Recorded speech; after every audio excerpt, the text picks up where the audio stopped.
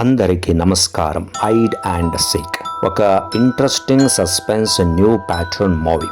Technology, video game వల్ల కొన్ని reality based incident తీసుకుని చేసిన ఫిలిం స్పైడర్ అనే ఒక గేమ్. అందులో 4 లెవెల్ అతి భయానకం. ఇలాగే బ్లూ వేల్ గేమ్ చాలా మంది టీనేజర్ ప్రాణహానిని చేసింది. ఈ గేమ్ ని ఇప్పుడు బ్యాన్ చేశారు. చాలా గేమ్ యాప్ గవర్నమెంట్ కంట్రోల్లో ఉండదు, అవి డార్క్ వెబ్ లో ఉంటది. మీరు ఏం గేమ్ అయినా చూడండి, ఫ్రీ ఫైర్, పబ్జి, అన్ని గేమ్ లో కిల్లింగ్ అని క్రూరత్వం ఉంటది. టీనేజర్స్ ఇలాంటి గేమ్ ని అడిక్ట్ అయ్యి బ్రెయిన్ ని పాల్ చేసుకుంటున్నారు.